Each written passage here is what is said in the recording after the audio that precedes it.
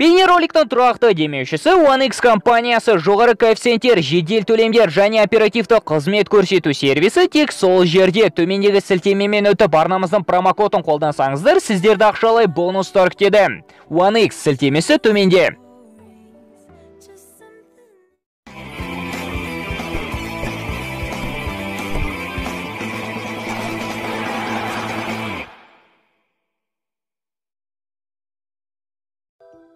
Кристиан Эриксон мансабын аяқтауы мүмкін. Серхио Рамос Севилья сапына ауысуға жақын. Ал Мадридтік Реалдың экс-бапкері Зинедин Зидан тілшіге өте жойқын жауап қайтарды.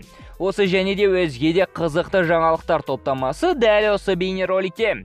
Арнамызға жазылып қоңырау түймешесін басуды ұмытпаңыздар. Ал біз бастаймыз. Италиялық құрамасының экс-қақпашысы Джанлуиджи Буффон Парма футбол клубына оралуға жақын. 43 жастағы қақпашының биыл ескі сеньорамен келісім шарт мерзімі аяқталды. Еске салсақ, әйгілі итальяндық қақпашы мансабын Парма футбол клубында бастады. Енді 20 жылдан бері алғаш рет Парма сапына оралуға жақын. Итальяндық клуб Джиджиге 2 жылдық келісім шарт ұсынды.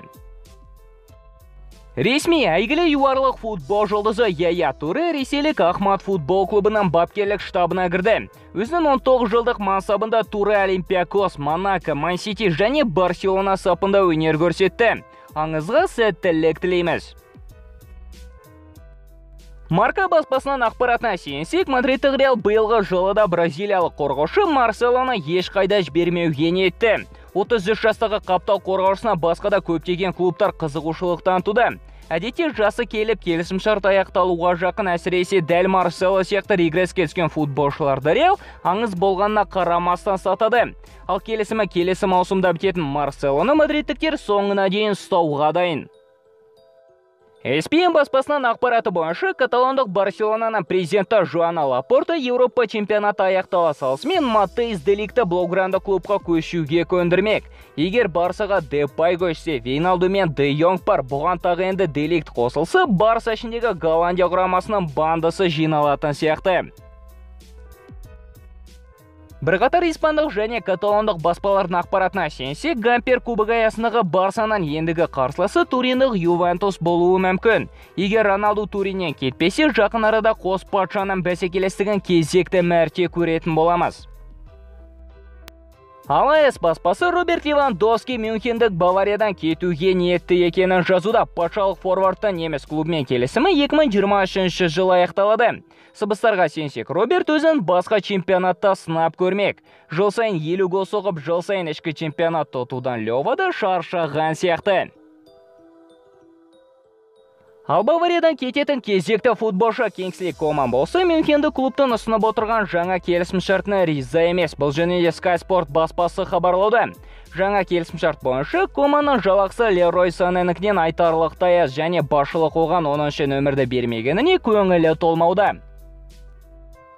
Итальяндық баспалардың ақпаратына сүйенсек, Тоттенхэм Хотспур мен Эвертон Туриндік Ювентустың ойыншысы Мерих Демиральге қызығушылық танытуда. Баспа ақпаратына сүйенсек, ағылшындық клубтардың тарапы келіссөздерді бастап та кетті. Ескі сеньора 20 жастағы ойыншыларын сатуға қарсы емес, алайда ол үшін 40 миллион евро сұрауда. Испанияның төменгі дивизион аясындағы Райо Валлекано Жирона матчінен кейін испандық тілші Сержио Керанте Зиданға бірнеше мәрте Реалға жазған соңғы хатына қатысты сұрақтар қойды. Алдымен Зизу үндемей кетіп, тілші сұрағын қоюды доғармағандықтан ашуға беріліп, сен маған бұл ақмақ сұрақтарынды неліктен қоя бересің, мына жұмысын нағыз позор, мен сені, ал сен мені өте жақсы білесің. Сөйлесін келсе жүр, камерасы сөйлесейік деді әйгілі француздық бапкер. Зиданды негізі ашуландырмаған жөн, ашуланса не боларын бәрі біледі. Ал Реалдың қазіргі бапкері Карло Анчелотти Челсидің форварды Тимо Вернерді алғысы келеді. Итальяндық бапкер Тимоның ашылмай жүрген дарынын аша алатынына сенімді. Еске салсақ, зейнеткерлер сапына ауысқаннан кейін Тимо Челси жейдесінде 35 матч өткізіп, небәрі 6 гол соқты. Жеке пікірім, Реалға бұндай ойыншы қажет емес сияқты. Реалда Челсиді сүйреген ойыншы ойнай алмай жүргенде, Челсиді сүйремей жүрген адамнан не күтеміз? Серхио Рамостың Реал сапындағы болашағы жайлы Испаниядағы баспалар дәл қазір жарыса жазуда. Бірі қалады деп болжаса, бірі кетеді деп болжам жасауда. Десе де Серхионың алғашқы клубы Севилья испандық центр-бэкке жылдық жалақысы 7 миллион евроны құрайтын 5 жылдық келісім шарт ұсынды. Ал АС баспасы Реал мен Рамос ортақ келісімге келгенін хабарлауда. Баспа ақпаратының сөзінше Серхио мен Перес өткен аптада жолығып барлығын талқылап ортақ келісімге келді. Ал енді қайсысына сенетініңізді өзіңіз шешесіз. Интер футбол клубының ойыншысы Кристиан Эриксон мансабын аяқтауы мүмкін. Бұл жөнінде кәсіби спорт кардиологы Санджей Шарма мәлімдеді. Еске салсақ, өткен сенбі күні Еуропа чемпионаты аясындағы Дания-Финляндия матчінде Интердің ойыншысы дәл алаңда жүрегі тоқтап, матч дереу түрде тоқтатылған болатын. Ертеңінде есін жиған Кристиан бұнымен тоқтап қалмай соңына дейін күресетінін айтса да, кәсіби спорт кардиологы жүректің тоқтағаны бұл ойнайтын зат емес, және оған мансабын дереу түрде аяқтау керек деп санайды. Тура осы жағдайдан кейін бір тәуліктің ішінде Кристиан Эриксонның инста парақшасына 700 мың адам тіркелді. Ал кеше КПЛ аясындағы бірінші лигадағы қайрат жастар оқжетпес ойынында алматылық клубтың футболшысы да дәл алаңда есіне танып қалды. Жас ойыншыға дәрігерлер дереу түрде алғашқы көмекті көрсетті. Жасыл алаңда естен танып қалу ертең челленджге айналып кетпесе болды. Португалдық форвард Криштиану Роналду Венгрияға қарсы матчтың алдындағы пресс-конференцияда үстелде тұрған Кока-Коланың 2 бөтелкесін өзінен әрі қарай жылжытып, қолына су толған бөтелкені алып, барлығын тек су ішуге шақыратынын айтты. Денсаулық зор байлық Роналдудың басты ұстанымы.